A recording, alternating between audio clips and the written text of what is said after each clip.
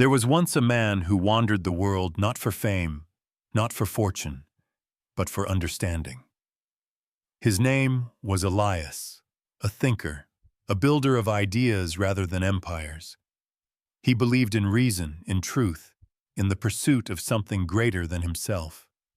He feared no war, no poverty, no solitude, only deception, especially the kind that wore a smile. One day he received an invitation.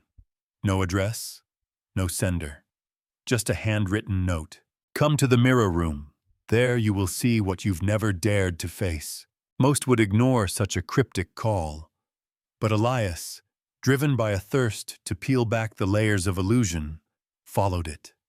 His path led him through a dense forest, where light barely touched the ground, and every sound seemed like a whisper of something forgotten. At the heart of it stood an ancient building. Cracked stone walls, overgrown vines, and a single wooden door, painted black. Above it, in gold letters now faded, the mirror room. He entered and found himself in a place of silent elegance. Walls entirely made of mirrors, tall, unbroken, and clean beyond nature. But there was something odd. These mirrors did not reflect him. They reflected versions of him, not as he was, but as he wished to be. A hero, a lover, a king. The room whispered not in sound, but through image. This is what you could be, if only you surrender. He stood frozen. He had not yet understood that he had already stepped into the most perfect prison ever built, not by stone or steel, but by desire, and the reflection of who he longed to be in the eyes of another. Elias wandered the mirror room slowly now, each step deliberate, each breath heavy with thought. The reflections surrounding him no longer seemed passive. They shimmered with a strange energy, like portraits trying to speak. And they did, without words, but through subtle shifts in expression, posture, emotion. They showed him versions of himself, always loved, always admired. In one reflection, he stood tall beside a woman with eyes full of worship. Her hand clutched his arm as if he were her savior. In another, he laughed with a crowd, the center of attention. In a third, he knelt, placing a crown on his own head as a chorus of approval rang out. None of it had happened. Yet every image seduced him with the warmth of being seen. It was then the voice came. Not from the walls, not from the air, but from within the mirrors. You are enough. Just become what she wants. Elias flinched. The room no longer showed what he was, but what he could be if he gave in. It was subtle. The transformation began as curiosity, then crept in as craving. He felt it, the tug to belong, to be chosen. And that's when he realized this was not a hall of truth. This was the altar of validation, 1,000 mirrors, 1,000 versions of him, all shaped by the longing to be accepted, desired, admired. And that was the trick. What looked like self-discovery was in fact self-erasure. Every man, Elias thought, is offered a mirror at some point, whether through love, lust, or longing, and told, this is who you are, if someone else says you're worthy. And if he believes it, if he begins to need that reflection to feel real, he is no longer himself. He becomes a projection. That is how the prison works. There are no bars, no chains, only a quiet whisper. Become what she needs, and you will be loved. But the cost is hidden, your soul. In that moment, Elias understood why so many great men fall, not from failure, but from the slow seduction of approval. Not from defeat, but from the hunger to be seen as enough. He turned away from the mirror, and yet, his feet didn't move. Because the most dangerous prison isn't one you're forced into. It's the one you choose. because it feels like love. Elias sat in the center of the mirror room now, motionless, quiet. The illusions no longer danced to seduce him. Instead, they waited, patient, knowing. The stillness around him was not peace. It was temptation restrained, a predator lying in the grass. The reflections had changed, no longer idealized versions of himself. Now, they showed her. The woman, but not just one. Many. Each reflection bore a different face, yet all felt familiar. The girl who once cried in his arms. The lover who said, "You make me feel safe." The muse who whispered, "Without you, I'm nothing." And in each he saw it, the invisible string, a glance that pulled, a touch that pleaded, a smile that made him feel needed. For so long, Elias had mistaken that need for love. He had thought her softness was vulnerability, that her tears were truth, that her longing gaze was an open door to her soul. But as he watched now, no longer enchanted, he saw it clearly.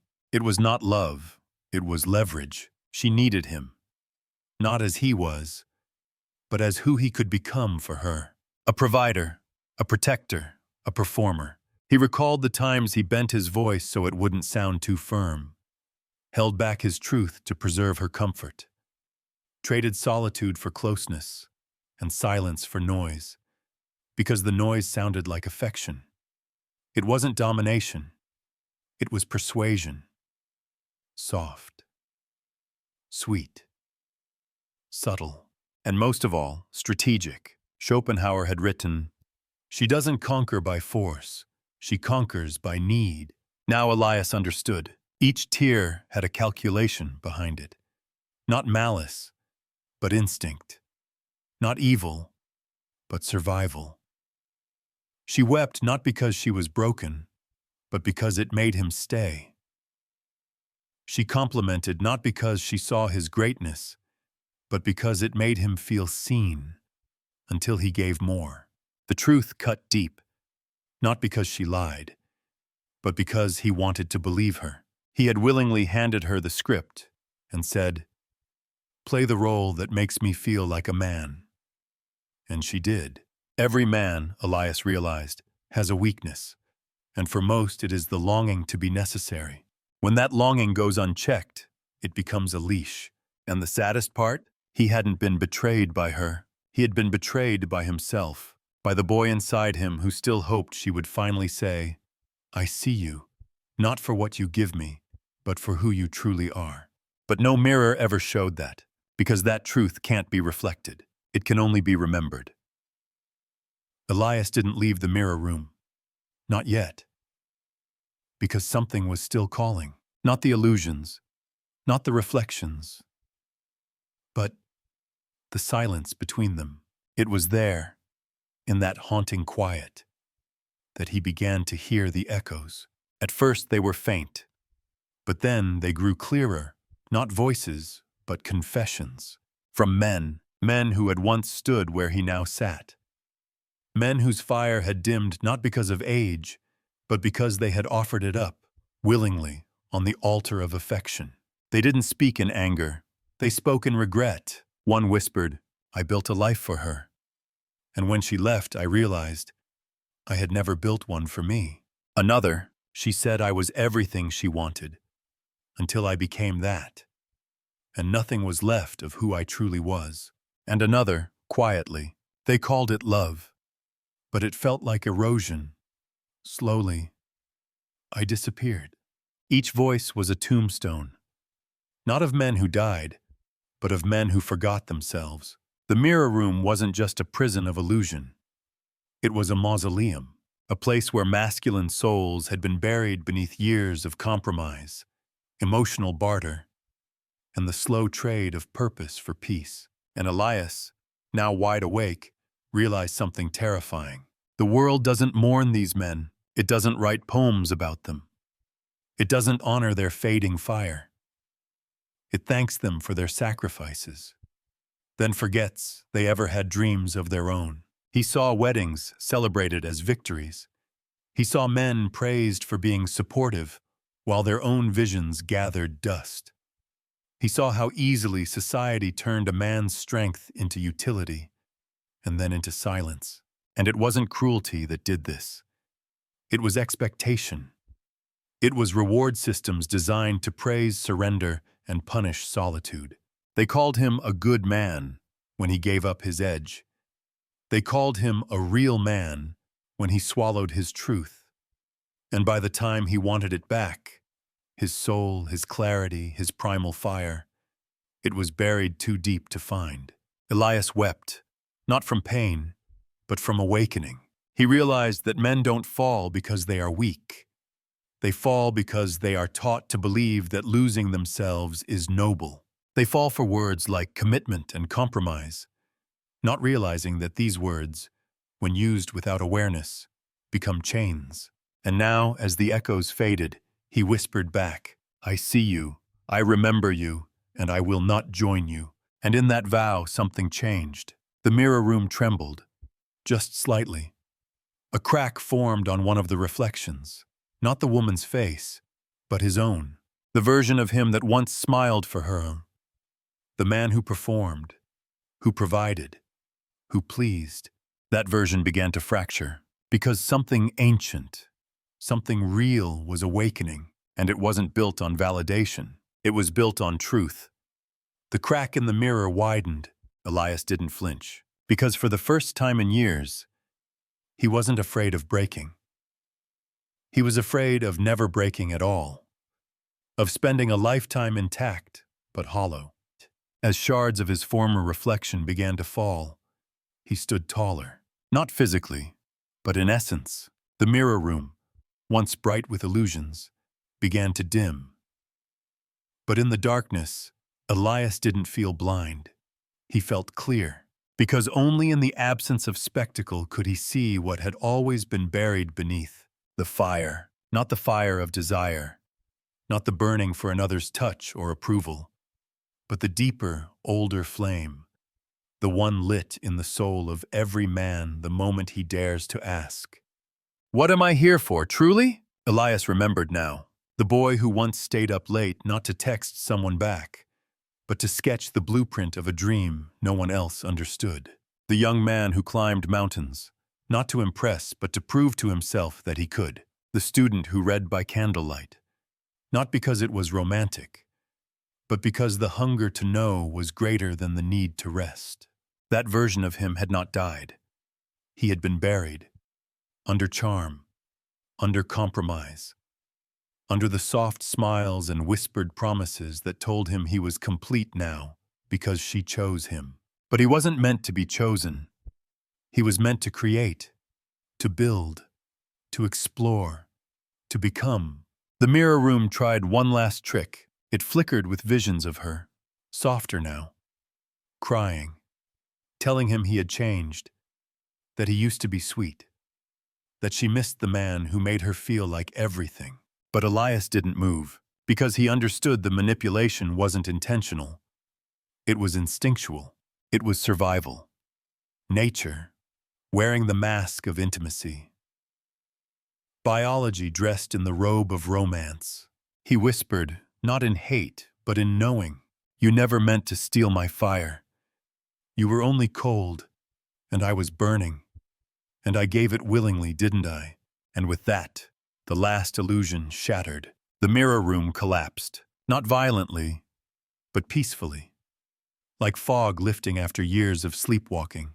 Elias didn't run. He walked, slow, centered, whole, because he had remembered something most men forget. You don't reclaim your life by fighting her. You reclaim it by returning to yourself, to your mission, to your clarity, to the quiet courage of walking alone if you must. And in that solitude, he smiled. Not because he was alone, but because he was finally free to be himself again. No masks, no mirrors, only truth. And that was enough. The world outside the mirror room felt unfamiliar. Not because it had changed, but because he had. Elias stepped into the open, no longer seeking a hand to hold, nor an echo to affirm his thoughts. He didn't need agreement. He needed truth.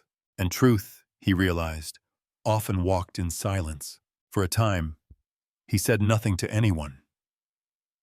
Friends called. Old flames messaged. His phone lit up with invitations, memories, and temptations. But Elias didn't respond. Not out of pride, but from the understanding that not all noise is music, and not all attention is connection. He returned to the hills, to the long, winding trails where he once ran as a boy. The trees did not flatter, the wind did not beg, and in their indifference he felt seen. In the solitude of nature, something began to grow, not a hunger, but a strength, a deeper kind of knowing. He no longer wondered what she was doing, whether she missed him, whether someone else now occupied the space he once did, because that space had never truly belonged to him. It had belonged to a version of him, a version shaped by her needs, molded by her desires, defined by her moods. That man, he realized, had been polite. He had been attentive. He had been agreeable.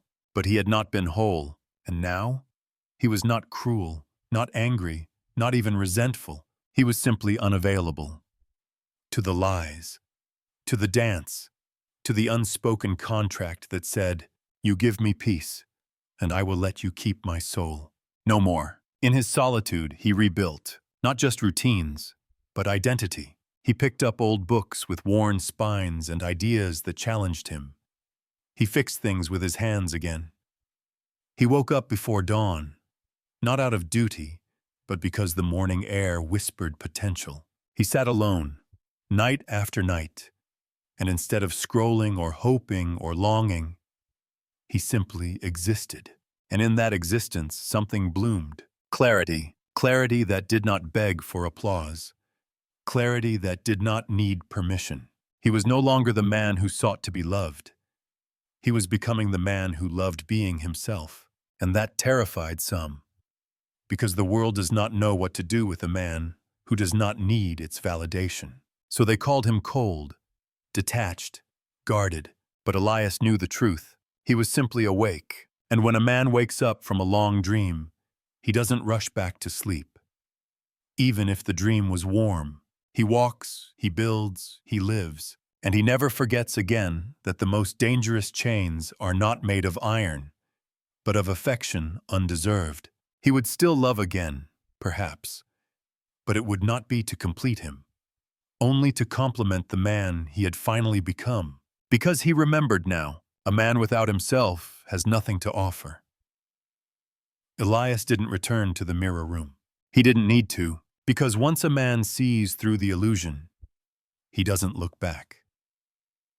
Not out of pride, but out of wisdom. He knows the cost of forgetting himself.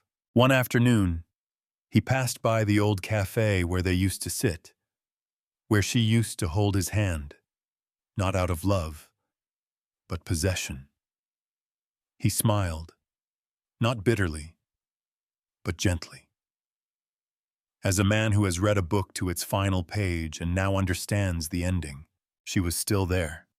Same smile, same game, different man across the table.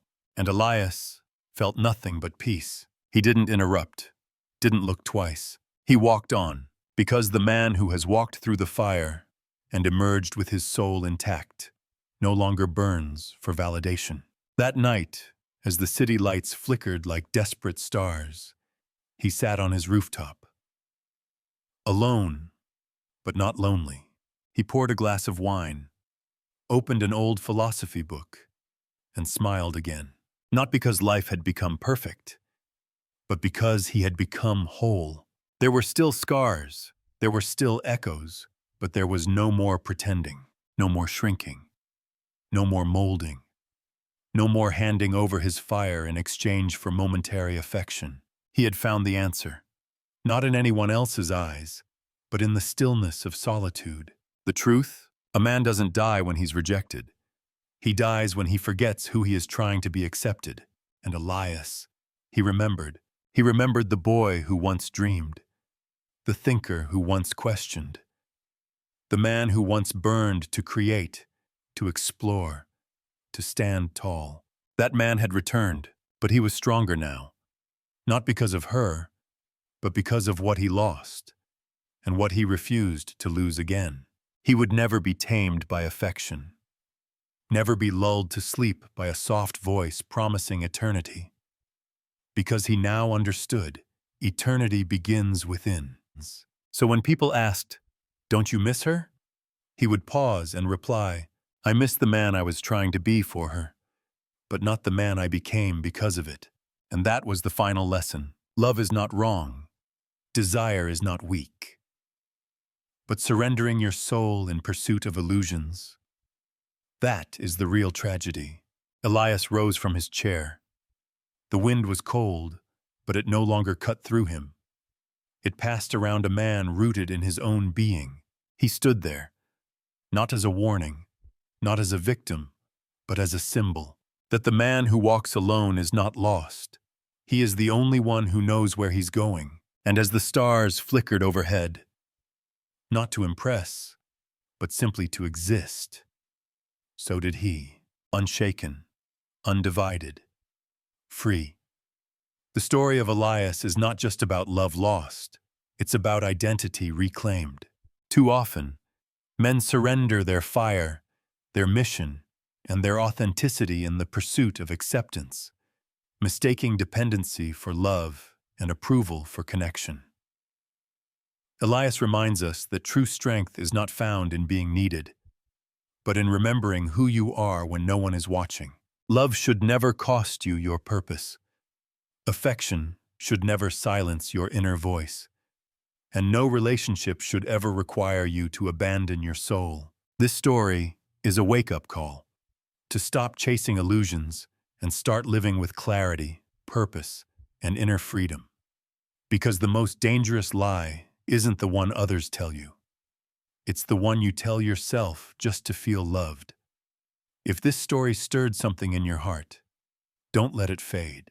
Like this video if you've ever felt lost in someone else's dream. Comment below. I choose purpose over illusion. And subscribe if you're ready to walk a path of truth, solitude, and power. Let this channel be your mirror and your reminder. You were never meant to live small.